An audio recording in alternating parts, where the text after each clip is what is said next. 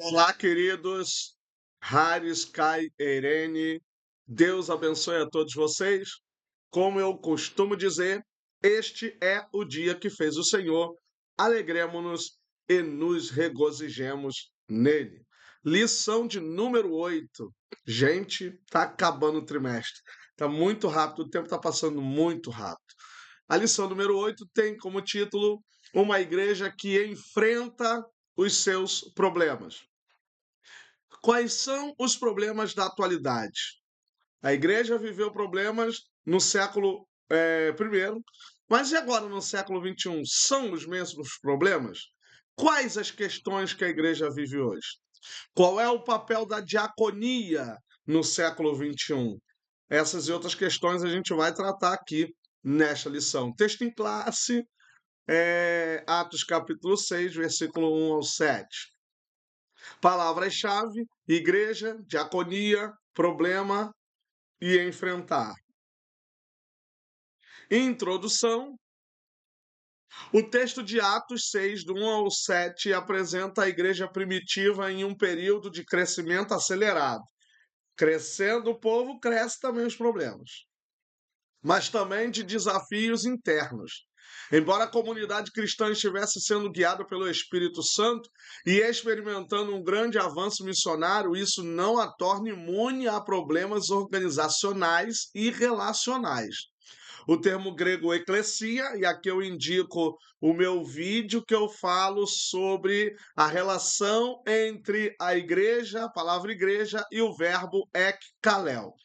Traduzido por igreja, significa literalmente assembleia, aí tem o ekkalel, dos chamados para fora, que significa chamar, indicando que a igreja é formada por pessoas separadas para Deus, mas que ainda carregam suas culturas, mentalidades e limitações humanas.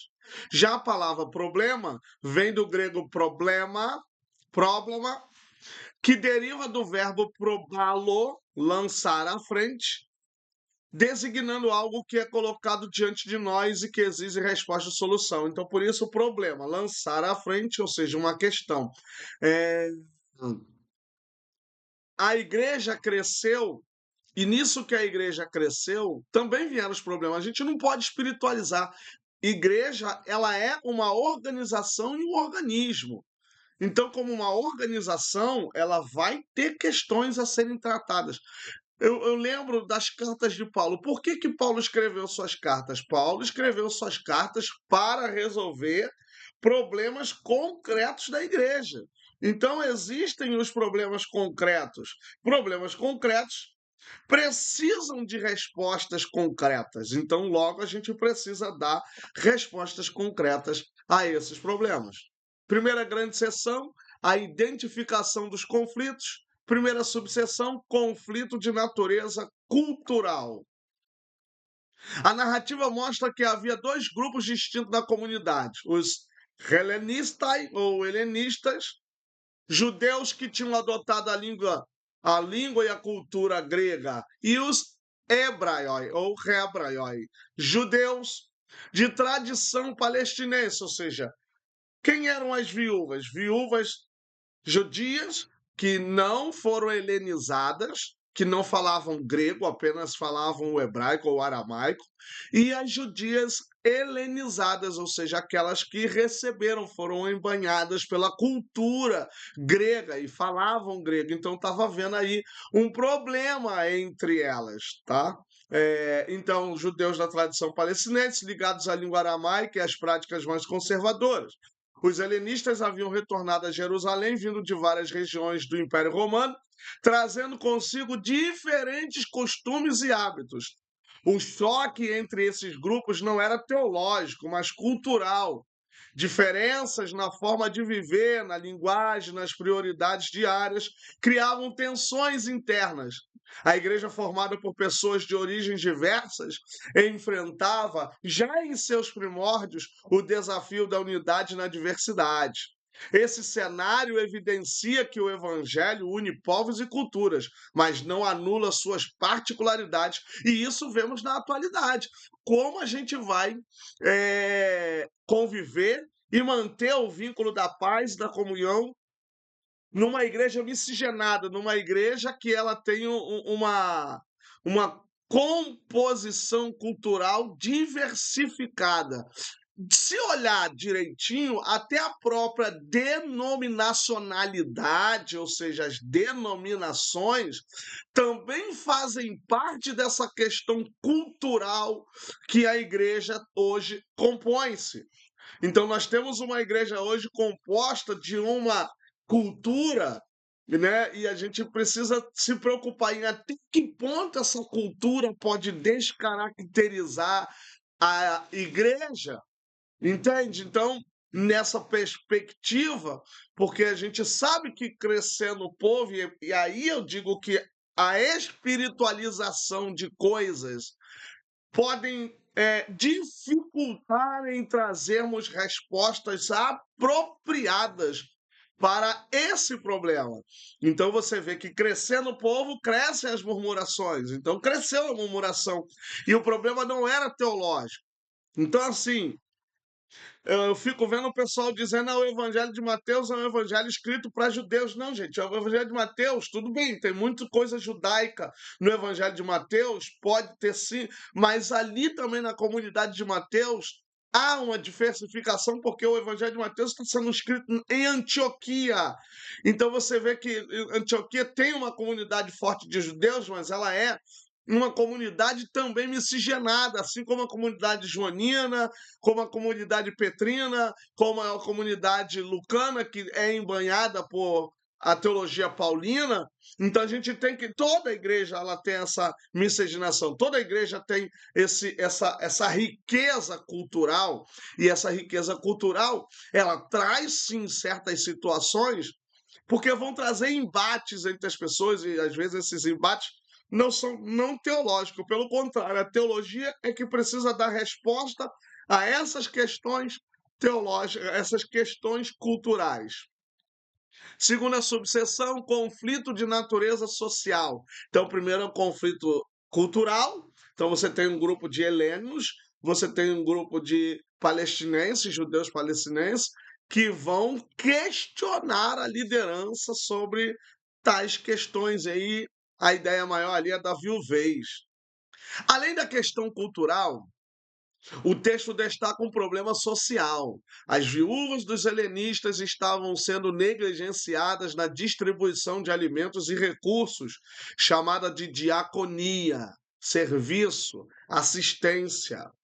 Essa distribuição diária, catemerine, diaconia,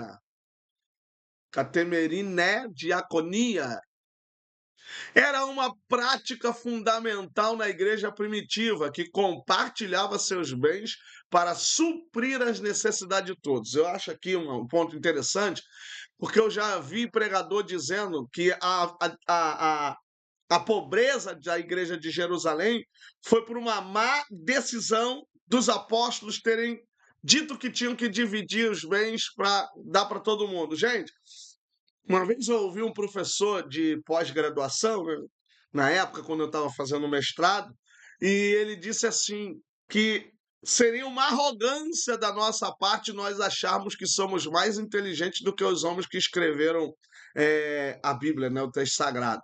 Primeiro porque eram homens de Deus, né, ou melhor dizendo, primeiro porque foram inspirados por Deus, e depois porque eram homens de Deus, homens dotados para tal coisa, que se fosse hoje, talvez eh, também teria, porque a inspiração é divina, mas não temos como dizer se fosse hoje. Não, já foi escrito, tá lá.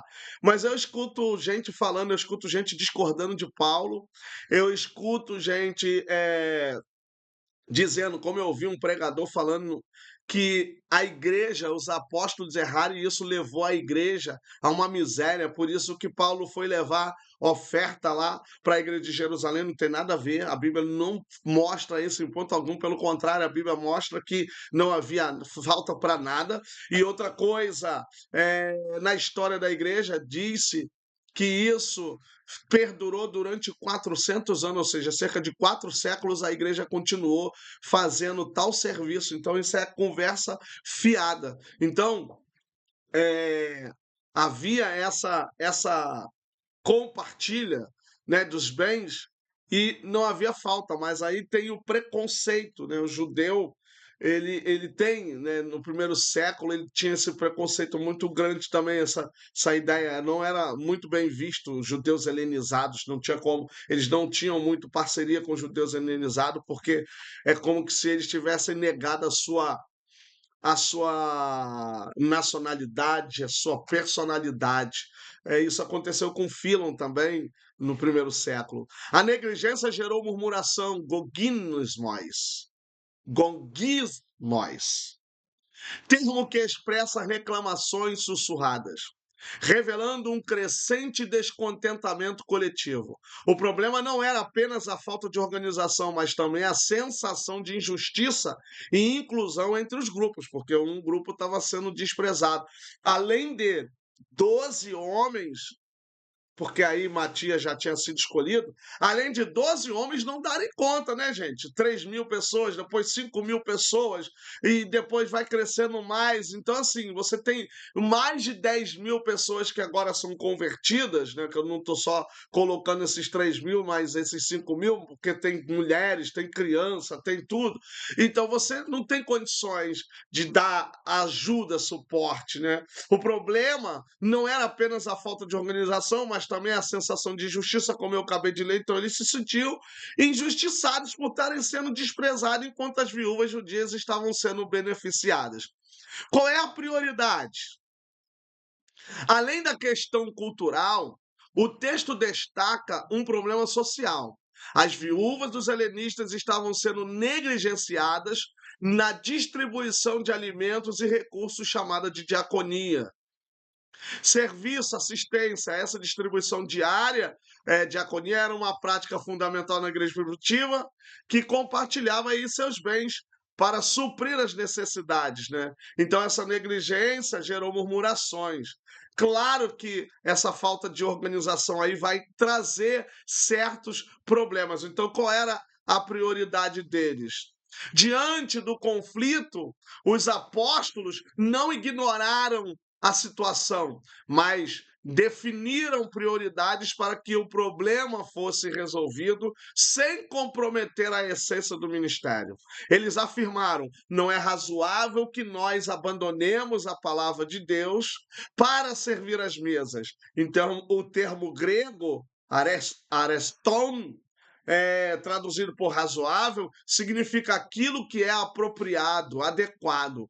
A solução não era sobrecarregar a liderança espiritual com funções administrativas, mas estabelecer uma distribuição equilibrada de responsabilidades. Os apóstolos deveriam se dedicar à diaconia tu logu, ou seja, serviço da palavra, enquanto outros irmãos assumiriam a diaconia prática. Aqui surgem os diáconos. Então, os diáconos surgiram para resolver problemas. E como é que andam os nossos diáconos da atualidade? Conseguem resolver os problemas? Como é que andam aí esse mundo diaconal? Conseguem resolver os problemas? Porque nessa época os diáconos foram levantados para resolver problemas e eles, os apóstolos, perseveravam ali na transmissão da diaconia, da palavra, do serviço da palavra. Então o problema está ali. A situação está ali. E essa situação precisa ser tratada.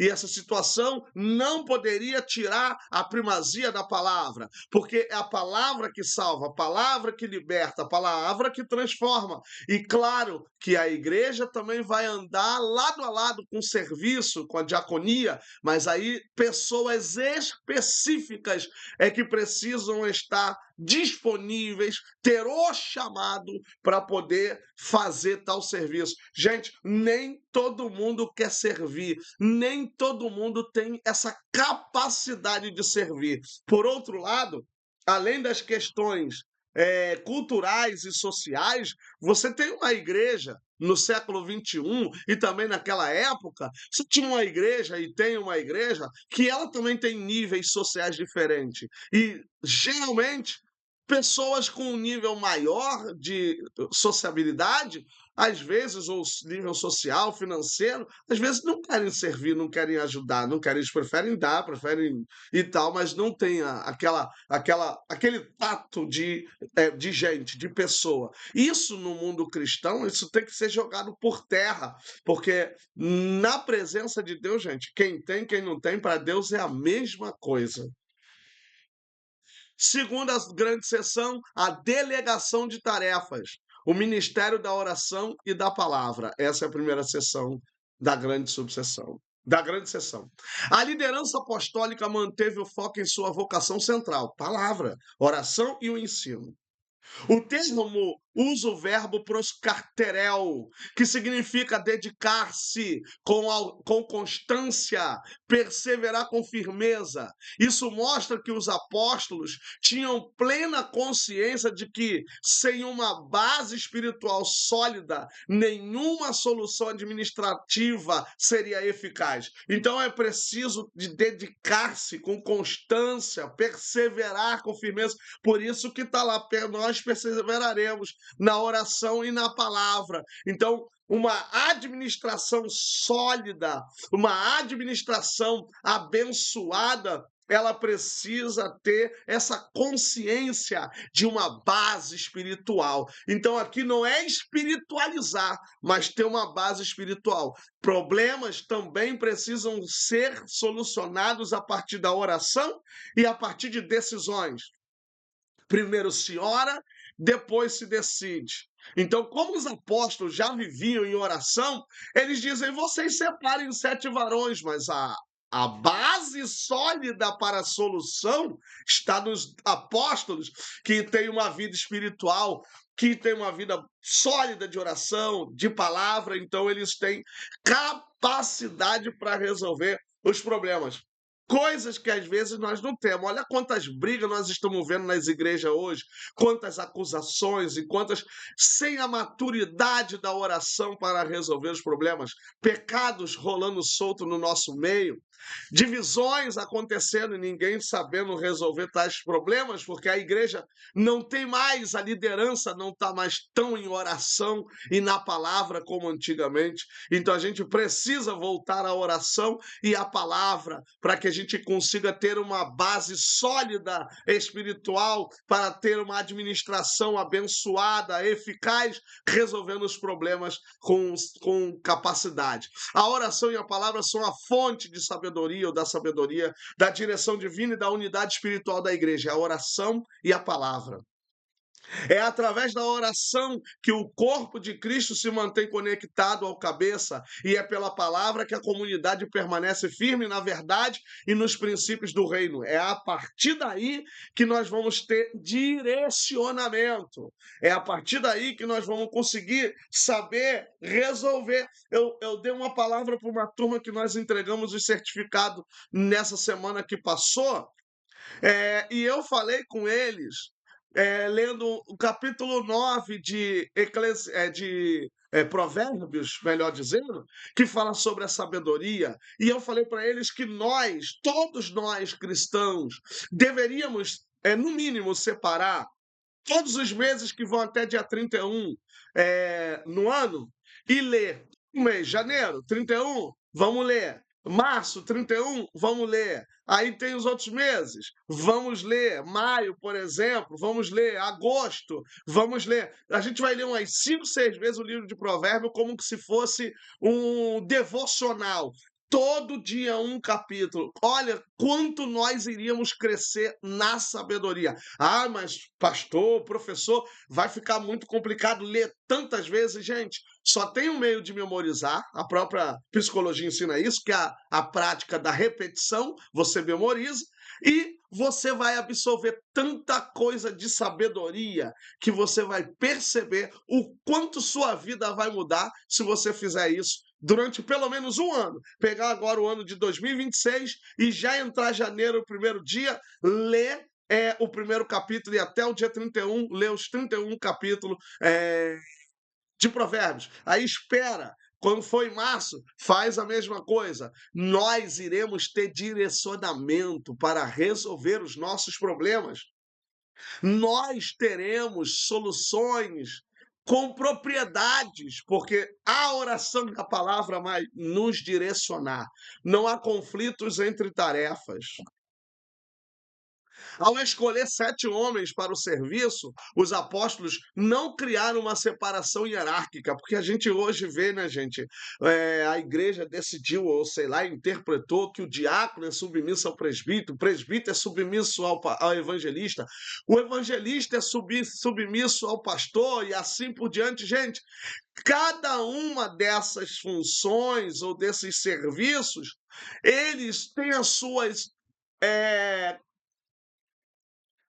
eles têm suas atividades, não é essa palavra que eu ia usar, as atribuições diferentes umas das outras e são independentes, mas que se entrelaçam para a diaconia, para o serviço, para a liturgia, para o serviço litúrgico da igreja, e que são ordenados por um líder que vai delegar autoridade a outros líderes que vão ser líderes de líderes.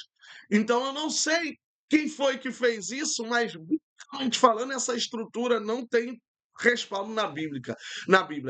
Esses 7 varões, eles estavam submissos aos apóstolos, mas hoje nós temos uma hierarquia, que ela é o auxiliar de trabalho, é submisso ao diácono, o diácono ao presbítero, o presbítero ao evangelista, o evangelista ao pastor, e aí ninguém faz nada. Ninguém tem iniciativa, todo mundo espera por todo mundo, porque se fizer, aí tá tomando a frente de fulano. Desde o momento que ele esteja fazendo dentro da sua atribuição, ele não está tomando a frente de ninguém, e o líder é o pastor. E aí, quem o pastor indicar como líder do ministério, por exemplo, ali o líder dos diáconos, aí esses diáconos, o congresso de diáconos vai se reportar ao líder diaconal, e esse líder diaconal é que vai passar essas orientações.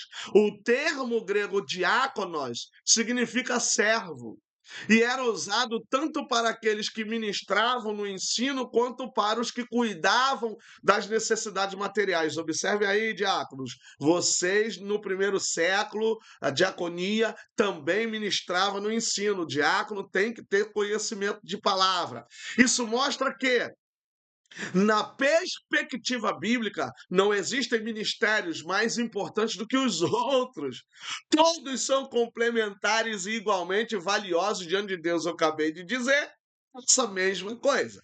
A pregação e a diaconia não competem entre si. Gente, eu tenho visto aí uns vídeos de uns camaradas aí degladiando, gente, e umas pessoas dizendo que Deus vai usar para, tipo assim, uma competição, uma disputa. Não há competição entre tarefas, não há rivalidade entre tarefas. Não tem como pregar, falar numa igreja toda desorganizada, suja, sem administração. Não há como você ter uma administração se não tiver ninguém. Se não tiver quem pregue, se não tiver quem ensine, não vai ter gente. Se tiver gente, tem que ter a diaconia. Então não há conflito entre elas não se competem. Pensem nisso, povo. Parem de competir com os outros. Você já tem as suas delimitações, é igual eu falo, eu sou o meu maior rival. Eu faço competição comigo mesmo, porque a todo tempo eu quero parar, eu quero deixar o que eu faço, eu quero deixar meus estudos, e aí eu tenho que me vencer, eu preciso me superar. Então eu não tenho competidores contra mim. Pelo contrário, caminham lado a lado para o fortalecimento do corpo de Cristo. Uma igreja madura entende que cada função, por mais simples que pareça, tem um valor espiritual dentro do propósito maior do reino. Hoje, eu completo 22 anos, hoje que eu falo nesse ano, completo 22 anos de pastor, de pastoreio, de pastorado. Eu aceitei Jesus em 1993. É, e estou nessa caminhada até hoje. Fui auxiliar de trabalho, fui presbítero, fui diácono, presbítero, fui evangelista, limpei igreja, limpei banheiro, cuidei de levar ceia para as pessoas. era o único solteiro ainda na igreja na época. Minha igreja naquela época tinha 19 obreiros, eu era o único solteiro, jovem.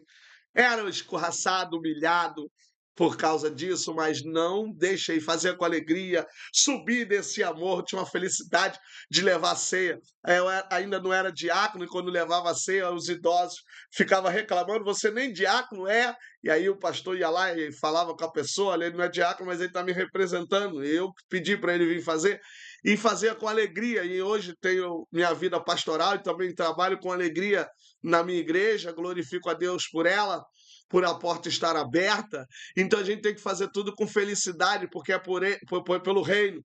Ninguém chega na igreja já como pastor. É claro que tem alguns que têm o privilégio de ser mais rápido, né? A gente não vai entrar em detalhes, mas existem uns que têm uma facilidade maior, que se fosse o outro não entraria com tanta facilidade.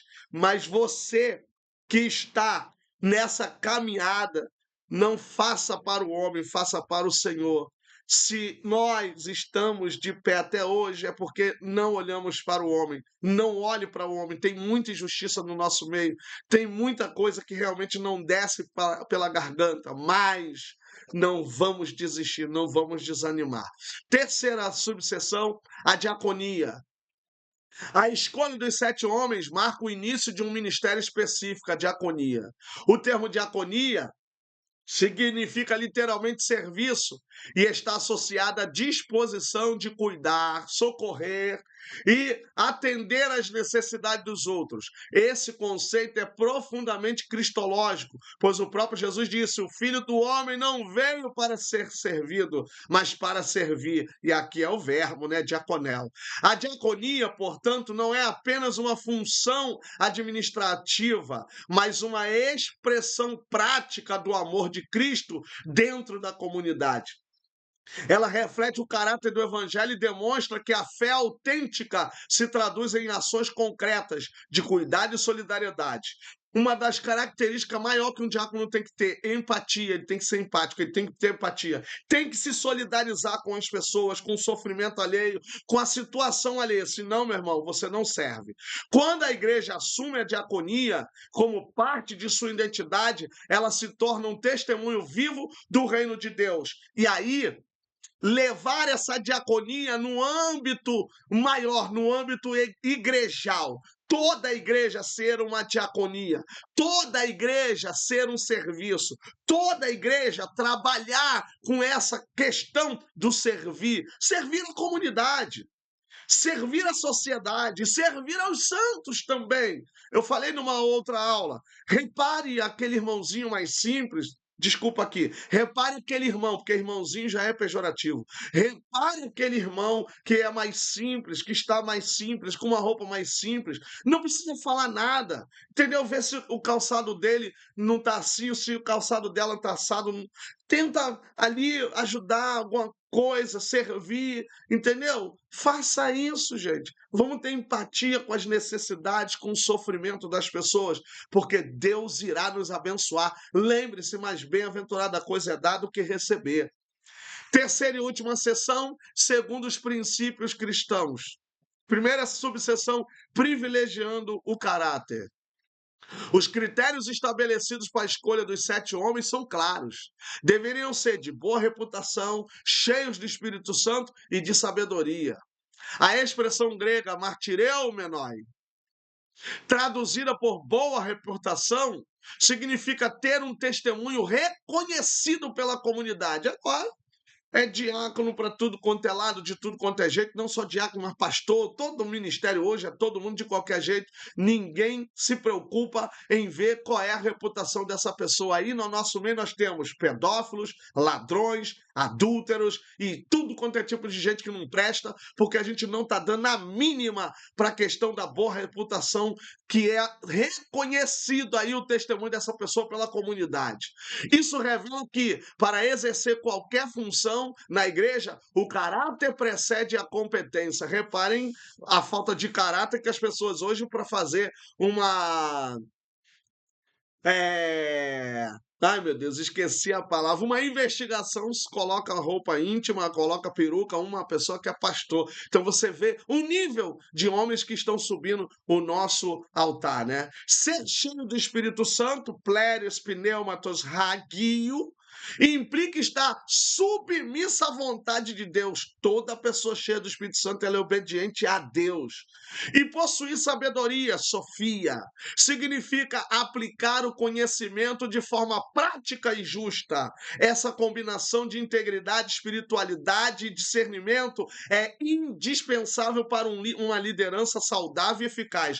Uma liderança cheia do Espírito Santo não precisa dizer que você está debaixo da cobertura espiritual, que se você sair dali, você vai sofrer alguma maldição. Um líder cheio do Espírito Santo vai entender o chamado de Deus na tua vida, vai entender a perspectiva da igreja. Então é o Espírito Santo e sabedoria, gente. Vamos pedir sabedoria. A Bíblia diz que quem tem falta de sabedoria, peça a Deus que dá liberalmente. Sabedoria de Deus não é soberba, não é arrogante, nem vaidosa. Ela é santa. Então vamos pedir sabedoria ao Senhor nosso Deus.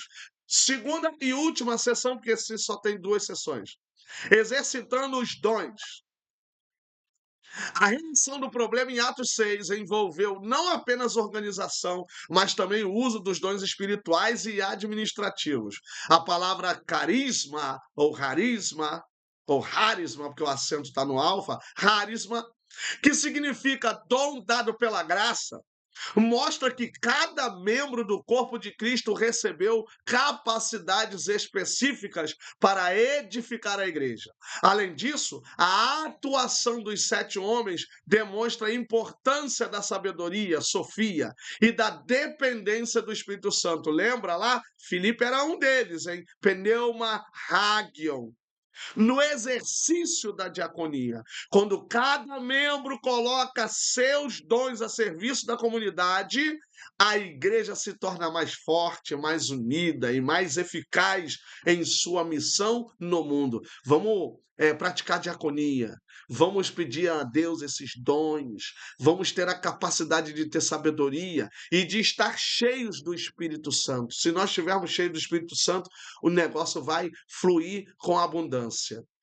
Conclusão, a narrativa de Atos 6, 1 ao 7, nos ensina que a igreja primitiva não negava seus problemas, porque está escrito lá, mas os enfrentava com sabedoria, oração e organização. Ao identificar os conflitos, delegar responsabilidades e agir segundo os princípios cristãos, a comunidade fortaleceu sua unidade e ampliou seu impacto. Porque quando você tira a injustiça, você traz o respeito, você traz a unidade, você traz o amor. Eles resolveram o problema, isso trouxe benefícios para a igreja. O resultado descrito no versículo 7, crescia a palavra de Deus e em Jerusalém se multiplicava muito o número dos discípulos. Isso mostra que os desafios, quando tratados com maturidade espiritual e estratégia bíblica, podem se transformar em oportunidades para crescimento, comunhão e avanço da missão. Não vamos deixar o problema se tornar, ou os problemas se tornarem bolas de neve que vai rolando e vai crescendo. Chegou o problema, ele tem que ser resolvido imediatamente, com sabedoria, oração e palavra. Gente, até a próxima lição. Deus abençoe. Um abraço.